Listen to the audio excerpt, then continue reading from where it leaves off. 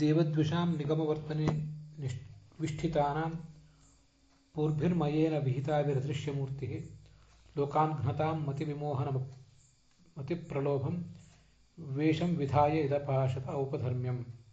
ಅತಃ ಭಾಗವತೆ ದ್ವಿತೀಯೇ ಸ್ಕಂಧೆ ಸಪ್ತಮೇ ಅಧ್ಯಾಯ ಸಪ್ತತ್ರಿಂಶೇ ಶ್ಲೋಕೆ ಎರಡನೇ ಸ್ಕಂಧದ 7ನೇ ಅಧ್ಯಾಯದ 37ನೇ ಶ್ಲೋಕೆ ಭಗವತಃ ಬುದ್ಧಸ್ಯ ಅವತಾರಲೀಲಾಃ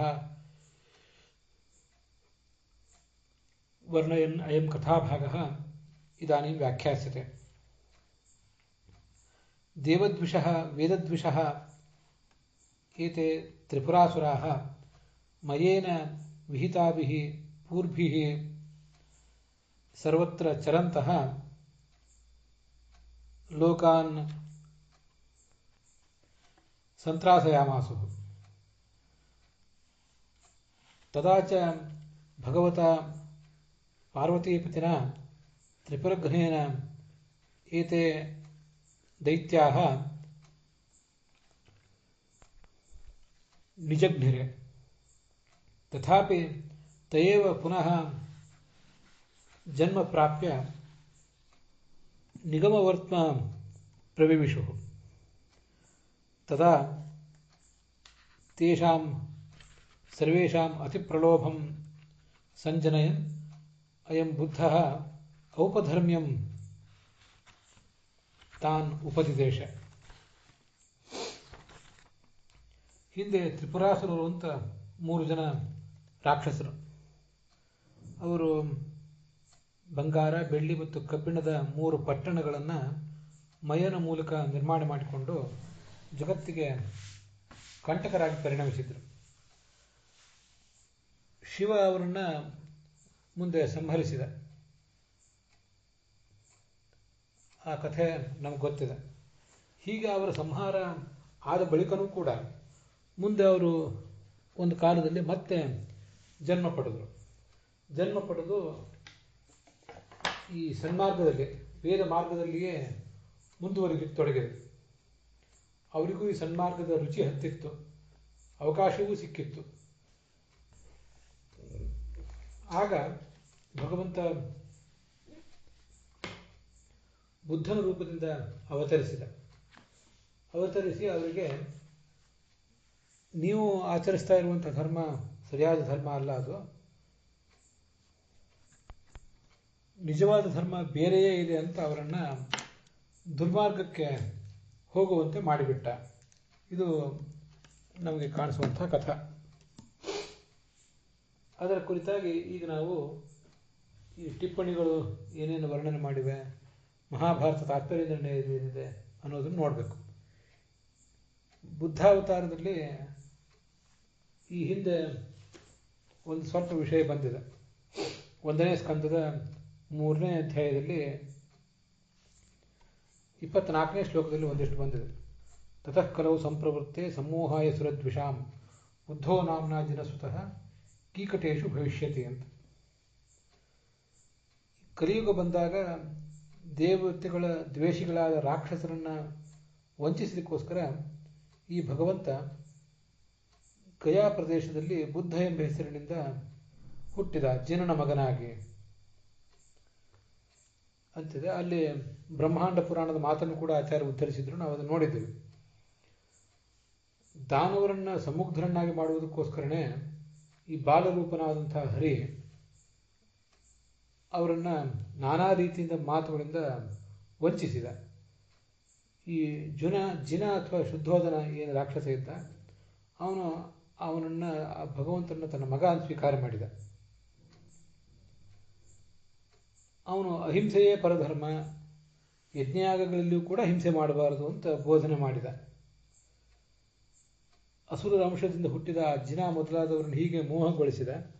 ಅವರು ವೇದದ ಮಾರ್ಗವನ್ನು ಬಿಟ್ಟು ಕೆಳಗೆ ಇಳಿಯುವಂತಾಯಿತು. ಇದು ಅಲ್ಲಿ ಬ್ರಹ್ಮಾಂಡ ಪುರಾಣದಲ್ಲಿ ಬಂದಿರುವಂಥ ವಿಚಾರ. ಭಾಗವತ ತಾತ್ಪರ್ಯದಲ್ಲಿ ಇದು ಪಠಿತ ಆದದ್ದು. ಈ ತ್ರಿಪುರಾಸುರರ ಹಿಂದೆ ತ್ರಿಪುರಾಸುರರಾಗಿದ್ದಾಗಲೇ ಒಂದು ಬಾರಿ ಸನ್ಮಾರ್ಗವನ್ನು ಅವಲಂಬಿಸಿ ಇದ್ದು ಬಿಟ್ಟಿದ್ರು. ಬೇರೆ ಬೇರೆ ಪುರಾಣಗಳಲ್ಲಿ ಹೀಗೆ ಉಲ್ಲೇಖ ಇದೆ. ಮಯ ಅವರಿಗೆ ಎಚ್ಚರಿಕೆ ಕೊಟ್ಟಿದ್ದ, ನೀವು ಯಾವತ್ತೂ ಸನ್ಮಾರ್ಗದಲ್ಲೇ ಇರಬೇಕು, ಏನಾದರೂ ದುರ್ಮಾರ್ಗಕ್ಕೆ ಇಳಿದರೆ ನಿಮಗೆ ನಾನು ಕೊಟ್ಟಿರುವಂತಹ ಈ ತ್ರಿಪುರಗಳು ಇವು ನಷ್ಟ ಆಗಿ ಹೋಗ್ತವೆ ಅಂತ ಎಚ್ಚರಿಕೆ ಕೊಟ್ಟಿದ್ದ. ಆದ್ದರಿಂದ ಅವರು ಆವಾಗಲೂ ಕೂಡ ಸನ್ಮಾರ್ಗದಲ್ಲೇ ಇದ್ರು ಅಂತ ಹೀಗೆ ಕೇಳಿ ಬರ್ತದೆ. ಅವರು ಹೀಗೆ ಸನ್ಮಾರ್ಗದಲ್ಲಿದ್ದಾಗ ಅವರನ್ನು ದುರ್ಮಾರ್ಗಕ್ಕೆ ಸೆಳೆಯಬೇಕೆಂಬ ಉದ್ದೇಶದಿಂದ ಸ್ವಯಂ ಭಗವಂತ ಅವರ ಎದುರಿಗೆ, ಅವರ ಪತ್ನಿಯರ ಎದುರಿಗೆ ಹೋಗಿ ನಗ್ನನಾಗಿ ನಿಂತುಕೊಂಡ. ಆದ್ದರಿಂದ ಅವರ ಮನಸ್ಸು ಕಲುಷಿತ ಆಗಿ ಅವರ ಪತ್ನಿಯರು ಎಲ್ಲರೂ ಭ್ರಷ್ಟರಾದಾಗ ಈ ತ್ರಿಪುರ ದಾನವರ ಸಂಹಾರವು ಕೂಡ ಸುಲಭ ಆಯಿತು ಅಂತ ಹೀಗೆ ಬೇರೆ ಬೇರೆ ಕಡೆ ಕೇಳಿ ಬರ್ತದೆ. ಅದು ಯಾವ ಪುರಾಣದಲ್ಲಿದೆ ಅನ್ನೋದು ನನಗಿನ್ನೂ ಈ ಸಂದರ್ಭದಲ್ಲಿ ನೆನಪು ಮಾಡ್ಕೊಳ್ಳಿಕ್ಕಾಗಲಿಲ್ಲ. ಆದರೆ ಅಂಥ ಕಥೆಗಳನ್ನು ಮಾತ್ರ ಎಲ್ಲ ಹಿರಿಯ ವಿದ್ವಾಂಸರು ವರ್ಣನೆ ಮಾಡ್ತಾರೆ. ಅದಕ್ಕಾಗಿ ಆ ಶ್ಲೋಕದಲ್ಲಿ ಅವರು ಮೂಲತಃ ದೇವತೆಗಳ ದ್ವೇಷಿಗಳು ಹೌದು, ಆದರೆ ಸನ್ಮಾರ್ಗದಲ್ಲಿ ಇದ್ದು ಬಿಟ್ಟಿದ್ರು ಯಾವುದೋ ಒಂದು ಕಾಲಕ್ಕೆ. ಮತ್ತೆ ಆ ಮಯ ಮಾಡಿಕೊಟ್ಟ ವಿಮಾನಗಳನ್ನು ಏರಿ ಎಲ್ಲ ಕಡೆ ಸಂಚಾರ ಮಾಡ್ತಿದ್ರು.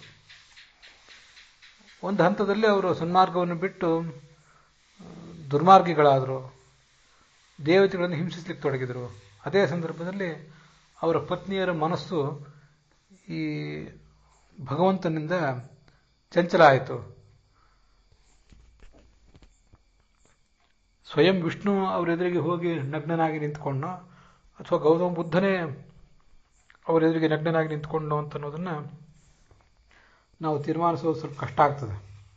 ಆದರೂ ಹೀಗೆ ನಗ್ನನಾಗಿ ನಿಂತ್ಕೊಂಡು ಅವರ ಮನಸ್ಸಿನ ಚಾಂಚಲ್ಯಕ್ಕೆ ಕಾರಣನಾದ ಭಗವಂತ ಮುಂದೆ ಅವರ ಪತಿಯರು ಕೂಡ ಹೀಗೆ ಮಾರ್ಗದಿಂದ ಭ್ರಷ್ಟರಾದರು ಅಂತ ಕೇಳಿ ಬರ್ತದೆ.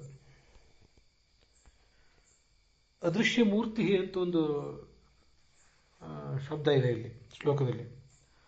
ಭಗವಂತ ಅದೃಶ್ಯ ಮೂರ್ತಿಯಾಗಿದ್ದ. ಅದು ಈ ಭೂಲೋಕದಲ್ಲಿ ಆತನ ಈ ಬುದ್ಧಾವತಾರದ ಎಲ್ಲ ಲೀಲೆಗಳು ಕೂಡ ಕಂಡು ಬಂದಿಲ್ಲ.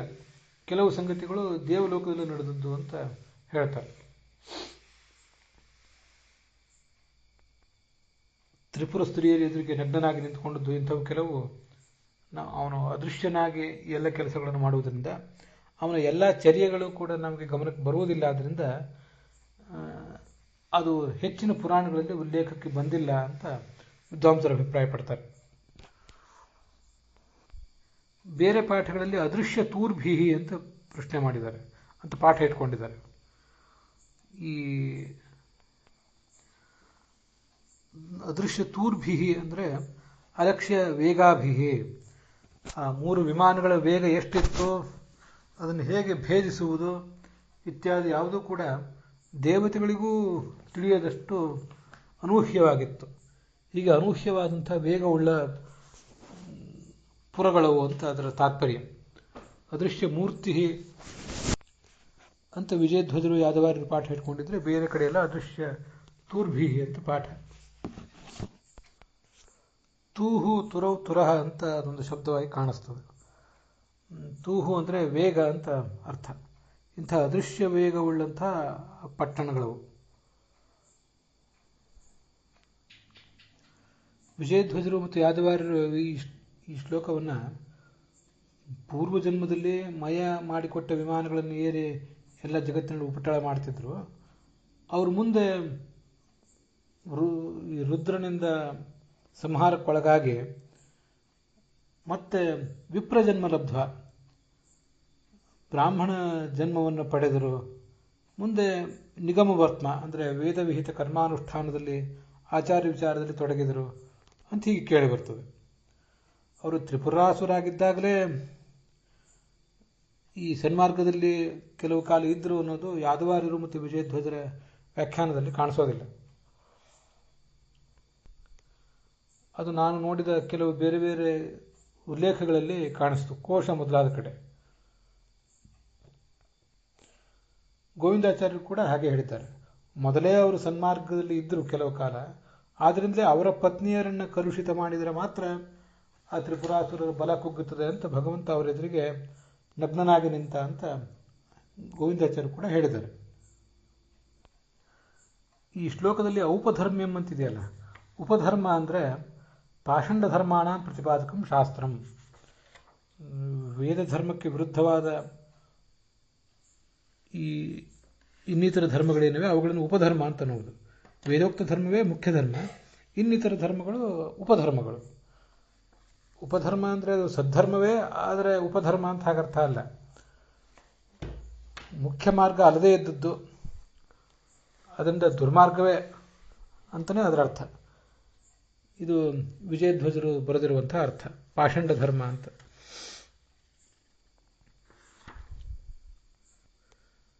ಅದನ್ನು ಭಗವಂತ ಅವರಿಗೆ ಪ್ರತಿಪಾದನೆ ಮಾಡಿದ. ನೀವು ಮಾಡ್ತಿರುವ ಧರ್ಮಾಚರಣೆ ಸರಿ ಇಲ್ಲ ಅಂತ ಹೇಳಿ ಅವರನ್ನು ಮತ್ತೆ ದುರ್ಮಾರ್ಗಕ್ಕೆ ಸೆಳೆದ. ಹೀಗೆ ಉಪಧರ್ಮ ಅಂದರೆ ಪಾಷಂಡ ಧರ್ಮ ಅಂತಲೇ ವಿಜಯಧ್ವಜರು ಯಾದವಾರ್ಯರು ಅರ್ಥ ಬರೆದಿದ್ದಾರೆ. ಮತ್ತಿನ್ನಿತರ ವ್ಯಾಖ್ಯಾನಕಾರರು ಶ್ರೀಧರರು, ವೀರರಾಘವರು ಮೊದಲಾದವರು ಕೂಡ ಅಂಥದೇ ಪಾಷಂಡ ಧರ್ಮವನ್ನು ಭಗವಂತ ಬುದ್ಧ ಬೋಧನೆ ಮಾಡಿದಂತಲೇ ಬರೆದಿದ್ದಾರೆ.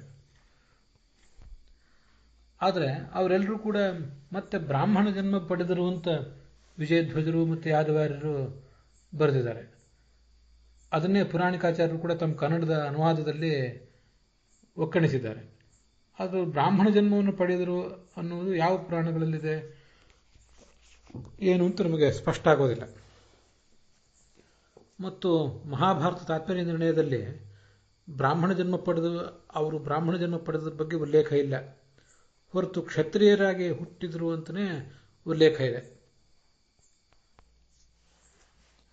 ಆಚಾರ್ಯರು ತಾತ್ಪರ್ಯ ನಿರ್ಣಯದಲ್ಲಿ 32ನೇ ಅಧ್ಯಾಯದ 139ನೇ ಶ್ಲೋಕದಲ್ಲಿ ಹೇಳ್ತಾರೆ, ಕಲಿಯುಗ 1000 ವರ್ಷ ಕಳೆದಾಗ, ಕಲಿಯುಗದಲ್ಲಿ 1000 ವರ್ಷ ಆದ ಬಳಿಕ ಎಲ್ಲ ಭಗವಂತನ ಭಕ್ತರು ಕೂಡ ಜ್ಞಾನವನ್ನೇ ಪಡ್ಕೊಂಡಿದ್ದರು. ಆ ಸಂದರ್ಭದಲ್ಲಿ ಹಿಂದೆ ರುದ್ರನಿಂದ ಹತರಾದಂತಹ ತ್ರಿಪುರಾಸುರರು ಕೂಡ ಮತ್ತೆ ಭೂಲೋಕದಲ್ಲಿ ಹುಟ್ಟಿದರು. ಅವರು ಕೂಡ ತಮ್ಮ ಪರಿಸರದ ಬಲದಿಂದ ತತ್ವಜ್ಞಾನವನ್ನೇ ಪಡ್ಕೊಂಡ್ರು ಅಂತ ಹೀಗೆ ಬರೆದಿದ್ದಾರೆ. ಆದರೆ ಆ ತ್ರಿಪುರಾಸುರರು ಬ್ರಾಹ್ಮಣ ಜನ್ಮ ಪಡ್ಕೊಂಡಿದ್ರು, ಮತ್ತಾವ ಜನ್ಮ ಪಡ್ಕೊಂಡಿದ್ರು ಅಂತ ಆಚಾರ್ಯರಲ್ಲಿ ಹೇಳಲಿಲ್ಲ. ಮುಂದೆ 146ನೇ ಶ್ಲೋಕದಲ್ಲಿ ಆ ತ್ರಿಪುರಾಸುರರಲ್ಲಿ ಮೊದಲನೇ ಅವನೊಬ್ಬ ಇದ್ದ. ಅವನು ಶುದ್ಧೋಧನ ಅಂತನೂ ಜಿನ ಅಂತನೂ ಹೆಸರಾಂತ ಆಗಿದ್ದ. ಅವನಿಗೆ ಗಯಾ ಕ್ಷೇತ್ರದಲ್ಲಿ ಒಂದು ಶಿಶು ಹುಟ್ಟಿತು. ಭಗವಂತ ಅಲ್ಲಿ ಬಂದು ಆ ಹುಟ್ಟಿದ ಶಿಶು, ಆ ಜೀವ, ಆ ಪಾಂಚಭೌತಿಕ ದೇಹ ಅದನ್ನೆಲ್ಲ ದೂರ ಎಸೆದ. ಮತ್ತೆ ತಾನು ಶಿಶುರೂಪನಾಗಿ ಅಲ್ಲಿ ಮಲಗಿಬಿಟ್ಟ. ಇದು 146ನೇ ಶ್ಲೋಕ. ಆ 146ನೇ ಶ್ಲೋಕಕ್ಕೆ ಭಾವಪ್ರಕಾಶಿಕಾದಲ್ಲಿ ವಾದಿರಾಜರು ಒಂದು ವಿಷಯ ಹೇಳ್ತಾರೆ. ಅದನ್ನೇ ನಮ್ಮ ಗುರುಗಳು ಪುರಾಣಿಕಾಚಾರ್ಯರು ತಮ್ಮ ಕನ್ನಡದ ಅನುವಾದದಲ್ಲಿ ತಗೊಂಡಿದ್ದಾರೆ. ಲೋಕಾನ್ ಘ್ನತಾಂ ಮತಿ ವಿಮೋಹಂ ಅಂತ ನಾವೀಗ 2ನೇ ಸ್ಕಂದದ 7ನೇ ಅಧ್ಯಾಯದ ಶ್ಲೋಕ ನೋಡ್ತಿದ್ದೇವಲ್ಲ, 37ನೇ ಶ್ಲೋಕ, ಅಲ್ಲಿ ಬಂದಿರುವಂತೆ ಆ ತ್ರಿಪುರಾಸುರರ ಸ್ತ್ರೀಯರಿಗೆ ವ್ಯಭಿಚಾರವನ್ನು ಬೋಧನೆ ಮಾಡಿದಂಥ ಒಂದು ಬುದ್ಧಾವತಾರ ಈ ಹಿಂದೆನೇ ಆಗಿತ್ತು. ಇದೀಗ ಜಿನಪುತ್ರನಾಗಿ 2ನೇ ಅವತಾರ ಅಂತ. ಹಾಗಾಗಿ ಭಗವಂತ ವಿಷ್ಣು 2 ಬಾರಿ ಬುದ್ಧಾವತಾರ ತಾಳಿದ ಅಂತ ವಾದಿರಾಜರು ಅಭಿಪ್ರಾಯ ಪಡ್ತಾರೆ. ತತಃ ಕಲವು ಸಂಪ್ರವೃತ್ತೆ ಸಮೂಹಾಯ ಸುರದ್ವಿಷಾಂ ಬುದ್ಧೋ ನಾಮ್ನ ಜಿನಸುತಃ ಕೀಕಟೇಶು ಭವಿಷ್ಯತಿ ಅಂತ ಭಾಗವತದಲ್ಲಿ 1ನೇ ಸ್ಕಂದದಲ್ಲಿ ಬಂದಿದೆ. ಹೀಗೆ ಜಿನನ ಮಗನಾಗಿ 1 ಬಾರಿ ಬುದ್ಧಾವತಾರ ಮಾಡಿದ್ದ. ಮುಂದೆ 2ನೇ ಸ್ಕಂದದಲ್ಲಿ ಮತ್ತೊಂದು ಶ್ಲೋಕ ಬಂದಿದೆಯಲ್ಲ, ಇತಿ ದ್ವಿತೀಯ ಸ್ಕಂದ ವಚನ ಅಂತ ನಾವೀಗ ನೋಡ್ತಿರುವ ಶ್ಲೋಕಕ್ಕೆ ವಾದಿರಾಜ ಸ್ವಾಮಿಗಳು ವ್ಯಾಖ್ಯಾನ ಮಾಡ್ತಾರೆ. ತ್ರಿಪುರಾಸುರರ ಪತ್ನಿಯರಿಗೆ ಉಪಧರ್ಮವನ್ನು, ಉಪಧರ್ಮ ಅಂದರೆ ಕಟ್ಟಿಕೊಂಡ ಗಂಡಂದರಿಗೆ ಮೋಸ ಮಾಡಿ ಉಪಪತಿಗಳನ್ನೇ ಒಲಿಸಿಕೊಳ್ಳಬೇಕು, ವ್ಯಭಿಚಾರ ಮಾಡಬೇಕು, ಆ ಮೂಲಕ ಸುಖ ಪಡೆಯಬೇಕು ಅನ್ನೋ ಧರ್ಮವನ್ನು ಬೋಧನೆ ಮಾಡಿಬಿಟ್ಟ ಈ ಭಗವಂತ. ಇತಿ ಪ್ರಮೇಯ ಸಂಬಂಧಿ ಧರ್ಮಂ ಭಾಷಿತುಂ ಅಪಿ ಏಕವಾರ ಬುದ್ಧಾವತಾರ ಅಸ್ತಿ. 2 ಬಾರಿ ಬುದ್ಧಾವತಾರ ಆಯಿತು ಅಂತ. ಇದೇ ದೊಡ್ಡ ಗೊಂದಲಕ್ಕೆ ಕಾರಣ ಆಗಿರುವಂತಹ ವಿಚಾರ. ಭಗವಂತನ ಅವತಾರನೇ ಅಲ್ಲದೇ ಇರುವಂತಹ ಬುದ್ಧ ಒಬ್ಬ ಇದ್ದಾನೆ ಇತಿಹಾಸದಲ್ಲಿ. ಭಗವಂತನ ಅವತಾರ 2 ಬುದ್ಧಾವತಾರಗಳಿವೆ ಅಂತ ಒಟ್ಟು 3 ಬುದ್ಧಗಳು. ಒಬ್ಬ ಭಗವಂತನ ಅವತಾರ ಅಲ್ಲದೇ ಇರುವವನು, 2 ಭಗವಂತನ ಅವತಾರರು. ಒಬ್ಬ ಜಿನಸುತ, ಅವನು 1ನೇ ಸ್ಕಂದದಲ್ಲಿ ವರ್ಣಿತನಾದವನು, 2ನೇ ಸ್ಕಂದದಲ್ಲಿ ವರ್ಣಿತನಾದವನು ಮತ್ತೊಬ್ಬ ಅಂತ ಬರೀತಾರೆ. ಇದಕ್ಕಾಗಿ ಪುರಾಣಿಕಾಚಾರ್ಯರು ಈ ಸುಲಲಿತ ಭಾಗವತದಲ್ಲಿ ಹಿಂದೆ ತ್ರಿಪುರಾಸುರ ಸಂಹಾರ ಕಾಲದಲ್ಲಿಯೂ ಅವರ ಹೆಂಡಂದಿರ ಪಾತಿವೃತ್ಯವನ್ನು ಕಳೆಯಲು ದಿಗಂಬರ ಬುದ್ಧ ವೇಷವನ್ನು ತಾಳಿ ಆ ಸ್ತ್ರೀಯರಿಗೆ ಉಪಧರ್ಮ ಅಂದರೆ ಉಪಪತಿ ಸೇವಾ ಧರ್ಮ, ಪತಿ ಸೇವೆ ಅಲ್ಲ ಉಪಪತಿ ಸೇವೆಯನ್ನೇ ಮಾಡ್ರಿ ಅಂತ ಬೋಧಿಸಿಬಿಟ್ಟಿದ್ದ ಅಂತ ಹೇಳ್ತಾರೆ. ಅಂತೂ ಉಪಧರ್ಮ ಅಂತ ಏನು ಭಾಗವತದಲ್ಲಿದೆ, ಅದಕ್ಕೆ ಉಪಪತಿ ಧರ್ಮ ಅಂತ ಅರ್ಥ ಮಾಡಿದ್ದಾರೆ. ಬಹಳ ಎಳೆದು ಮಾಡಿದ ಅರ್ಥ ಇದು. ವಾದಿರಾಡಿ ಸ್ವಾಮಿಗಳು ಮಾಡಿದ್ರೇನು ಮತ್ತೆ ಯಾರು ಮಾಡಿದ್ರೇನು, ಅದಕ್ಕೂ ನಮಗೆ ಅಷ್ಟು ಸ್ವೀಕಾರಕ್ಕೆ ಯೋಗ್ಯ ಆಗೋದಿಲ್ಲ. ವಿಜಯಧ್ವಜರು ಯಾದವಾರರು ಹಾಗೆ ಹೇಳಲಿಲ್ಲ.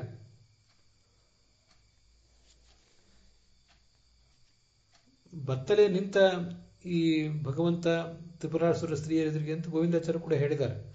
ಆದರೆ ಭಾಗವತದ ಈ ಶ್ಲೋಕಕ್ಕೆ ವ್ಯಾಖ್ಯಾನ ರೂಪವಾಗಿ ಅದನ್ನು ಅವರು ಹೇಳಲಿಲ್ಲ. ಇಲ್ಲಿ ಉಪಧರ್ಮ ಅಂದರೆ ಪಾಷಂಡ ಧರ್ಮ ಅಂತಲೇ ಅರ್ಥ, ಅದೇ ಹೆಚ್ಚು ಸರಿಯಾದ ಅರ್ಥ. ಇನ್ನು ವಿದ್ವಾಂಸರು ಇದ್ರ ಬಗ್ಗೆ ಹೆಚ್ಚಿನ ಆಲೋಚನೆಗಳನ್ನು ಮಾಡಬೇಕು. ಮಹಾಭಾರತ ತಾತ್ಪರ್ಯ ನಿರ್ಣಯದಲ್ಲಿ ಆ 32ನೇ ಅಧ್ಯಾಯದಲ್ಲಿ ಬರುವಂತೆ ಜಿನ ಮತ್ತೆ ಶುದ್ಧ ಅದು ಇಬ್ಬರು 2 ಕೂಡ ಒಬ್ಬನಿಗೆ ಹೆಸರು. ಆದ್ದರಿಂದ ಆಚಾರ್ಯರ ತಾತ್ಪರ್ಯ ನಿರ್ಣಯವನ್ನು ಗಮನಿಸಿದರೆ ಇತಿಹಾಸದಲ್ಲಿ ಕಂಡು ಬಂದ ಒಬ್ಬ ಬುದ್ಧ, ಭಗವಂತನ ಅವತಾರ ಭೂತವಾದ 2 ಬುದ್ಧರು ಹೀಗೆಲ್ಲ ಇಲ್ಲ. ಇರುವುದು ಒಂದೇ ಬುದ್ಧ. 2 ಕಡೆ ವರಾಹ ಅವತಾರ ಇತ್ಯಾದಿಗಳು ಏನಾದರೂ ಆಗಿದ್ದರೆ ಆಚಾರ್ಯ ಅದನ್ನು ಈ ಹಿಂದೆ ವರ್ಣನೆ ಮಾಡಿದ್ದಾರೆ, ಬೇಕಾಷ್ಟೇ ನಾವು ನೋಡಿದ್ದೇವೆ. ಆದ್ದರಿಂದ ಇಲ್ಲಿ 3 ಜನ ಬುದ್ಧರನ್ನು ಒಪ್ಪುವ ಅಗತ್ಯ ಇಲ್ಲ ತಾತ್ಪರ್ಯ ನಿರ್ಣಯವನ್ನು ಗಮನಿಸಿದರೆ. ಮತ್ತೆ ಅವನಿಗೇ ಶುದ್ಧೋಧನ, ಅವನಿಗೇ ಜಿನ ಅಂತ ಹೆಸರು ಇರೋದರಿಂದ ಜಿನನಾಗಿ ಜಿನ ಪುತ್ರನಾಗಿ ಮೊದಲೊಮ್ಮೆ ಹುಟ್ಟಿದ್ದ, ಆಮೇಲೆ ಮತ್ತೊಮ್ಮೆ ಹುಟ್ಟಿದ ಅನ್ನುವುದೆಲ್ಲ ವಾದಿರಾಜ ಸ್ವಾಮಿಗಳ ಅಭಿಪ್ರಾಯ ಆದರೂ ಕೂಡ ನಮಗೆ ಅದ್ಯಾಕೋ ಅಷ್ಟು ಹಿಡಿಸುವುದಿಲ್ಲ. ವಾದಿರಾಜ ಸ್ವಾಮಿಗಳ ಅಭಿಪ್ರಾಯವನ್ನೇ ಇಟ್ಟುಕೊಂಡು ಮಹಾಭಾರತ ತಾತ್ಪರ್ಯ ನಿರ್ಣಯ ಮತ್ತು ಮಹಾಭಾರತಕ್ಕೆ ಲಕ್ಷಾಲಂಕಾರ ವಾದಿರಾಜ ಸ್ವಾಮಿಗಳದು, ಮಹಾಭಾರತ ತಾತ್ಪರ್ಯ ನಿರ್ಣಯಕ್ಕೆ ಭಾವಪ್ರಕಾಶಕ, ಅದನ್ನೇ ಮುಂದುವರಿಸ್ಕೊಂಡು ಹೋಗುವುದಾದರೆ ಅದು ಅವರಿಗೆ ಬಿಟ್ಟದ್ದು. ಇಲ್ಲಿರೋ ಸಮಸ್ಯೆಗಳನ್ನು ಹೇಳಿದ್ದೇನೆ. ಲಕ್ಷಾಲಂಕಾರದಲ್ಲಂತೂ ಏನೇನು ಸಮಸ್ಯೆ ಇದೆ ಅಂತ ಅನ್ನೋದನ್ನು ಹೇಳಿದ್ದೇನೆ. ಆದ್ದರಿಂದ ವಾದಿರಾಜ ಸ್ವಾಮಿಗಳ ಹೆಸರಿನಲ್ಲಿ ಮುದ್ರಿತವಾದದ್ದನ್ನು ಕಣ್ಮುಚ್ಚಿ ಒಪ್ಪುವ ಸ್ಥಿತಿ ಇಲ್ಲ ಅನ್ನೋದನ್ನು ನಾವು ಗಮನದಲ್ಲಿಟ್ಕೊಂಡಿದ್ರೆ ಸಾಕಷ್ಟೆ. ತಾತ್ಪರ್ಯ ನಿರ್ಣಯದಲ್ಲಿ ಬರುವಂತೆ ಆ ಭಗವಂತ ಅವರಿಗೆ ನಾನೇ ಬುದ್ಧ ಅಂತ ಹೇಳ್ಕೊಂಡ, ಅವರಿಗೆ ಪಾಷಂಡ ಧರ್ಮವನ್ನು ಬೋಧನೆ ಮಾಡಿದ. ಎಲ್ಲ ದೇವತೆಗಳು ಅವನ ಮೇಲೆ ದಂಡೆತ್ತಿ ಬಂದವರಂತೆ ತೋರಿಸ್ಕೊಂಡ್ರು, ಎಲ್ಲರನ್ನೂ ಆತ ಸೋಲಿಸಿಬಿಟ್ಟ. ಈ ಮಗುವಿನ ಶಕ್ತಿಯ ಮೇಲೆ ಅವರಿಗೆ ಭರವಸೆ ಬಂತು ಆ ದಾನವರಿಗೆ. ಆದ್ದರಿಂದ ಅವನನ್ನೇ ಅವರು ನಂಬಿದರು ಅಂತ ಹೀಗೆ ಕೇಳಿ ಬರ್ತದೆ. ಆದರೆ ವಸ್ತುತಃ ತನ್ನ ಅಭಿಪ್ರಾಯ ಏನು, ವೇದ ಮಾರ್ಗಾನುಸಾರಿಯಾದ ತನ್ನ ಅಭಿಪ್ರಾಯ ಏನು ಅಂತ ಅನ್ನೋದನ್ನು ದೇವತೆಗಳಿಗೆ ಮಾತ್ರ ಹೇಳಿದ್ದ ಅನ್ನೋದೆಲ್ಲ ಅಲ್ಲಿ ಕೇಳಿ ಬರ್ತದೆ. ಆಚಾರ್ಯರು ಅನೇಕ ಕಡೆ ಈ ಕಪಿಲ ಮೊದಲಾದ ರೂಪಗಳನ್ನು ವರ್ಣನೆ ಮಾಡುವಾಗ ಕಪಿಲ ಎಂಬ ಹೆಸರಿನ ಒಬ್ಬ ವ್ಯಕ್ತಿ ಇದ್ದ, ಭಗವಂತನ ಅವತಾರಕ್ಕಿಂತ ಭಿನ್ನನಾಗಿ ಅವನೂ ಒಂದು ಶಾಸ್ತ್ರ ರಚನೆ ಮಾಡಿದ್ದ. ಹಾಗೆ ಕಪಿಲನ ಅವತಾರ, ಭಗವಂತನ ಅವತಾರನಾದ ಕಪಿಲ ಒಬ್ಬ ಬೇರೆ ಇದ್ದಾನೆ, ಹೀಗೆಲ್ಲ ಸ್ಪಷ್ಟವಾದ ಹೇಳಿಕೆಗಳನ್ನು ಕೊಟ್ಟಿದ್ದಾರೆ.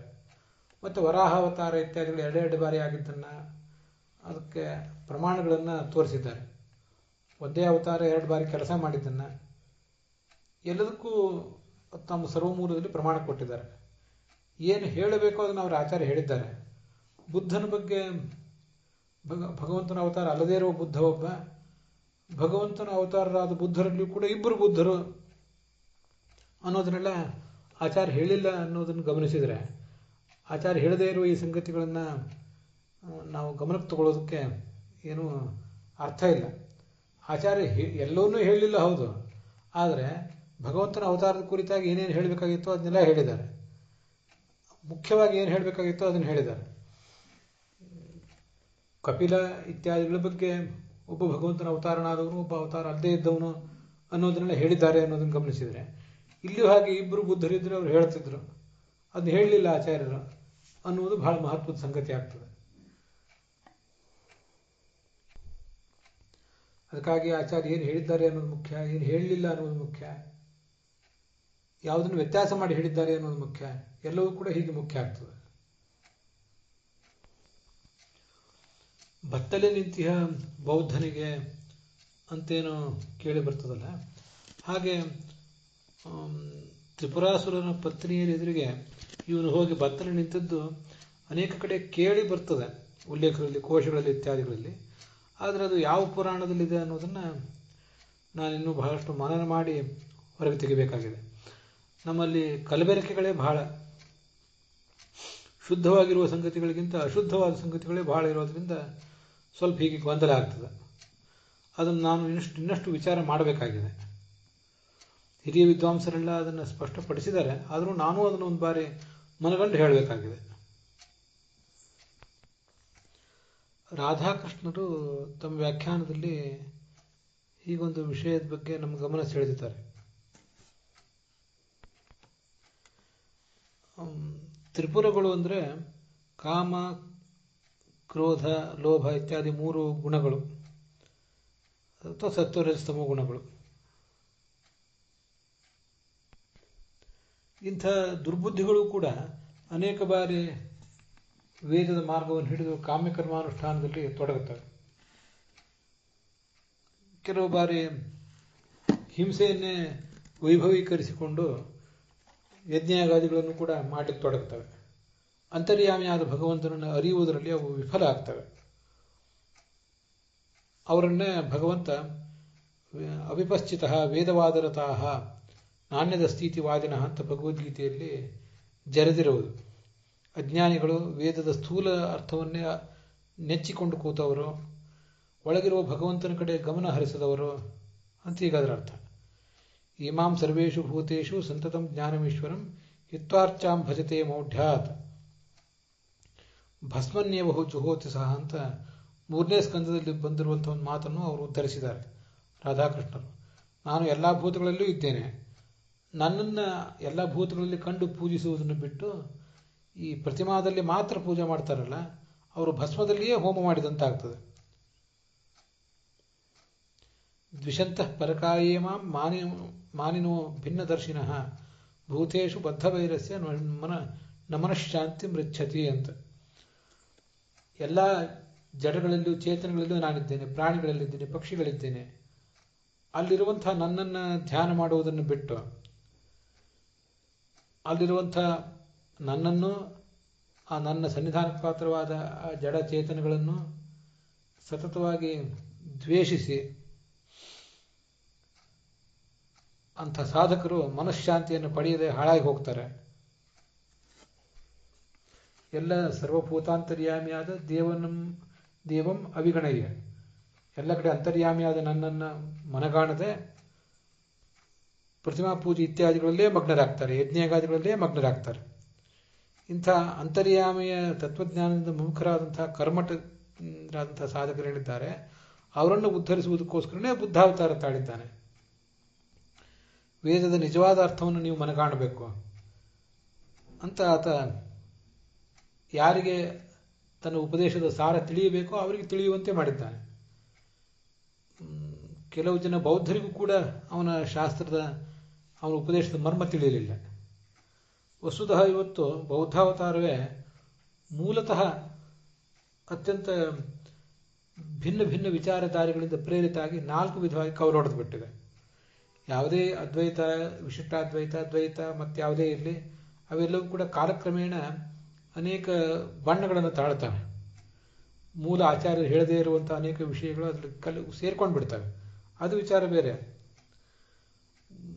ಬುದ್ಧ ತನ್ನ ಅವತಾರ ಕಾಲದಲ್ಲಿ ಹೆಚ್ಚಿಂದೇನು ಬರೆದಿರಲಿಲ್ಲ. ಆದ್ದರಿಂದ ಅವನ ಅವತಾರದ ಸಮಾಪ್ತಿ ಬಳಿಕ ಅಶೋಕ ಅಥವಾ ಕಾನಿಷ್ಕ ಇದ್ದಿರಬೇಕು, ಒಂದು ವಿದ್ವಾಂಸರ ಸಭೆ ಏರ್ಪಡಿಸಿದ. ಅವರೆಲ್ಲ ತಮಗೆ ತಿಳಿದಿರುವಂತೆ ಬುದ್ಧನ ವಿಚಾರಧಾರೆಗಳನ್ನು ಬರೆದಿಟ್ಟರು. ಆವಾಗಲೇ ಅದು 4 ವಿಧವಾಗಿ ಯೋಗಾಚಾರ, ಸೌತ್ರಾಂತಿಕ, ವೈಭಾಷಿಕ, ಮಾಧ್ಯಮಿಕ ಅಂತ ಹೀಗೆ 4 ಕವಲಾಗಿ ಒಡೆದು ಬಿಡ್ತು. ಬುದ್ಧನ ತತ್ವಜ್ಞಾನ, ಅವನ ಉಪದೇಶದ ಸಾರ ಅವ್ರು ಯಾರಿಗೂ ತಿಳಿದಿರಲಿಲ್ಲ. ಆದ್ದರಿಂದಲೇ ಅಷ್ಟು 4 ವಿಧವಾಗಿ, ಪ್ರಧಾನವಾಗಿ 4 ವಿಧವಾಗಿ ಕವಲು ಹೊಡೆದು ಬಿಡ್ತು. ಅದಲ್ಲದೆ ಹೀನಯಾನ, ಮಹಾಯಾನ ಅಂತ ಬೇರೆ ಕವಲು ಹೊಡೆಯಿತು. ಆ ಹೀನಯಾನ ಮತ್ತು ಮಹಾಯಾನ ಅಂತ ಎರಡೇನಿದೆ, ಅದರಲ್ಲೇ ಈ ವೈಭಾಷಿಕ, ಸೂತ್ರಚರ, ಮಾಧ್ಯಮಿಕ ಮತ್ತು ಯೋಗಾಂತಕರು ಅನ್ನೋ ವಿಭಾಗ ಅದರಲ್ಲೇ ಸೇರ್ತವೆ ಅಂತ ಕೂಡ ಕೇಳಿ ಬರ್ತದೆ. ಅಂತೂ ಬುದ್ಧನ ಉಪದೇಶಗಳನ್ನು ಸರಿಯಾಗಿ ಗ್ರಹಿಸಲಿಲ್ಲ ಅನ್ನೋದಕ್ಕೆ ಇವೆಲ್ಲ ಸೂಚಕ. ಹಾಗಾಗಿ ಭಗವಂತ ತನ್ನ ಬುದ್ಧಾವತಾರದ ಅರ್ಥ ಏನು ಅನ್ನೋದನ್ನು ದೇವತೆಗಳಿಗೆ ಮಾತ್ರ ಹೇಳಿದೆ. ಅದು ಪ್ರಶಾಂತ ವಿದ್ಯಾ ಅಂತ ಕರೆಸಿಕೊಂಡಿದೆ. ಈ ಜೀವನದಿಂದ ಮುಕ್ತಿಯನ್ನು ನಮಗೆ ದೊರಕಿಸಿಕೊಡುವಂತಹ ಒಂದು ವಿದ್ಯೆ ಅದು ಅಂತ ಮಹಾಭಾರತ ತಾತ್ಪರ್ಯ ನಿರ್ಣಯದಲ್ಲಿ ಅದನ್ನು ಆಚಾರ್ಯರು ವರ್ಣನೆ ಮಾಡಿದ್ದಾರೆ. ಇದ್ರ ಬಗ್ಗೆ ನಾನು ಮತ್ತಷ್ಟು ಅಭಿಪ್ರಾಯಗಳನ್ನು ಸಂಗ್ರಹಿಸಬೇಕಾಗಿದೆ. ವಿದ್ವಾಂಸರ ಜೊತೆ ಸಮಾಲೋಚನೆ ಮಾಡಬೇಕಾಗಿದೆ. ಇನ್ನೂ ಕೂಡ ಕೆಲವು ಪುರಾಣಗಳನ್ನು ಪರಿಶೀಲಿಸಬೇಕಾಗಿದೆ. ಆದರೂ ಈಗ ಸದ್ಯ ಏನೇನು ನನ್ನ ಗಮನಕ್ಕೆ ಬಂದಿದೆ ಅನ್ನೋದನ್ನು ನಿಮ್ಮ ಎದುರು ಹೇಳಿದ್ದೇನೆ. ಮತ್ತು ಯಾದವಾರರು, ವಿಜಯಧ್ವಜರು ಮೊದಲಾದವರು ಹೇಳಿದ ವ್ಯಾಖ್ಯಾನಗಳಲ್ಲಿ, ವಾದಿರಾಜರು ಹೇಳಿದ ವ್ಯಾಖ್ಯಾನದಲ್ಲಿ ಏನು ನನಗೆ ಗುಮಾನಗಳಿವೆ ಅಂತ ಅನ್ನೋದನ್ನು ಕೂಡ ಹೇಳಿದ್ದೇನೆ. ಉಪಧರ್ಮ ಅಂದರೆ ಕೇವಲ ಪಾಖಂಡ ಧರ್ಮ ಅಂತ ಇಷ್ಟೇ ಅರ್ಥ. ಉಪಪತಿಗಳನ್ನು ಸೇವಿಸಿರಿ, ಗಂಡನಿಗೆ ಕೈಕೊಟ್ಟು ಪತಿ ಸೇವೆ ಬಿಟ್ಟು ಉಪಪತಿ ಸೇವಾ ಮಾಡ್ರಿ ಅಂತ ಅದರ ತಾತ್ಪರ್ಯ ಆಗೋದಿಲ್ಲ. ಹಾಗೆ ಭಗವಂತ ಬತ್ತಲೆಯಾಗಿ ತ್ರಿಪುರಾಸುರರ ಪತ್ನಿಯರ ಎದುರಿಗೆ ನಿಂತಿರಬಹುದು, ಅದಕ್ಕೆ ಬೇರೆ ಉಲ್ಲೇಖಗಳಿರಬಹುದು. ಆಗ ಇಲ್ಲಿ ಔಪಧರ್ಮ್ಯಂ ಉಪಾದಿಶತ್ ಅಂದರೆ ಇಲ್ಲಿ ಔಪಧರ್ಮ್ಯ ಅಂತ ಬಂದಿರುವುದು ಇದು ಪಾಖಂಡ ಧರ್ಮದ ಬಗ್ಗೆನೇ ಹೊರತು ಇದು ಉಪಪತಿಯ ಸೇವೆಯ ಬಗ್ಗೆ ಅಲ್ಲ ಅಂತ ನನ್ನ ಆಲೋಚನೆ. ಮತ್ತೆ ಒಬ್ಬನೇ ಬುದ್ಧ ಇದ್ದ, ಅವನೇ ಭಗವಂತನ ಅವತಾರ ಅನ್ನುವುದು ಕೂಡ ನಂದು ದೃಢವಾದ ಅಭಿಪ್ರಾಯ. ಅದರೊಂದಿಗೆ ಇವತ್ತಿನ ಈ ಭಾಗ ಸಮಾಪ್ತ ಆಗಿದೆ. ಹುಸಿಯ ನಾಡಿ ಹೊಟ್ಟೆ ಹೊರೆವ ವಿಷಯದಲ್ಲಿ ರಸಿಕನೆಂದು ಹುಸಿಗೆ ಹಾಕದಿರುವ ಇನ್ನ ಋಷಿಕೇಶನೇ, ಈಶ ನಿನ್ನ ಚರಣ ಭಜನೆ ಆಸೆಯಿಂದ ಮಾಡುವೆ, ದೋಷ ರಾಶಿ ನಾಶ ಮಾಡು ಶ್ರೀಶಕೇಶವ. ಶ್ರೀಕೃಷ್ಣಾರ್ಪಣ ವಸ್ತು.